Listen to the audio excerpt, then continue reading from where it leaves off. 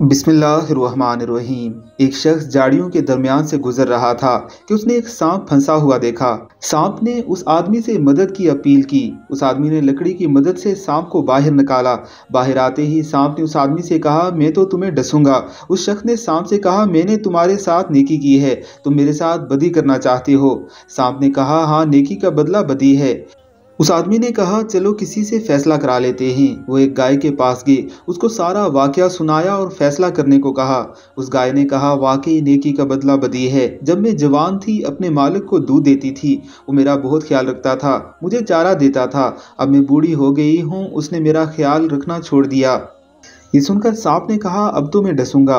उस आदमी ने कहा, चलो एक और फैसला ले लेते हैं। सांप मान गया। उन्होंने गधे से फैसला करवाया।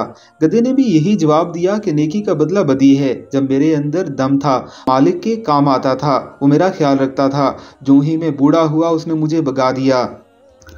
सांप उस आदमी को डसने ही लगा था कि उसने मिन्नत करके कहा, एक मौका और दे दो।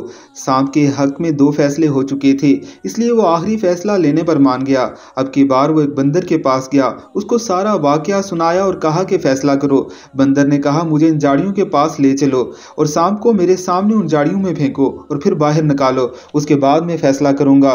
वो तीनों इन झाड़ियों के पास चले गए। उस शख्स ने सांप को झाड़ियों के अंदर फेंक दिया और फिर बाहर निकालने ही लगा था कि बंदर ने मना कर दिया और कहा, इसको मत निकालो, ये नेकी के काबिल नहीं है और ना था। जरा गौर कीजिए कि वो बंदर उस आदमी से ज्यादा अक्लमंद था। इस तरह हमें भी बार बार एक ही तरह के सांप मुख्तलिफ नामों और तरीकों से डसते हैं, लेकिन हमें ख्याल ही नहीं आता कि ये सांप है। उसके साथ नेकी और हमदर्दी करना खुद को मुश्किल में डालने के बराबर है। इसलिए भाइयों, आप भी ख्याल कीजिए कि कहीं आपके इर्द गिर्द भी इस तरह के इंसान नुमा सांप तो नहीं हैं।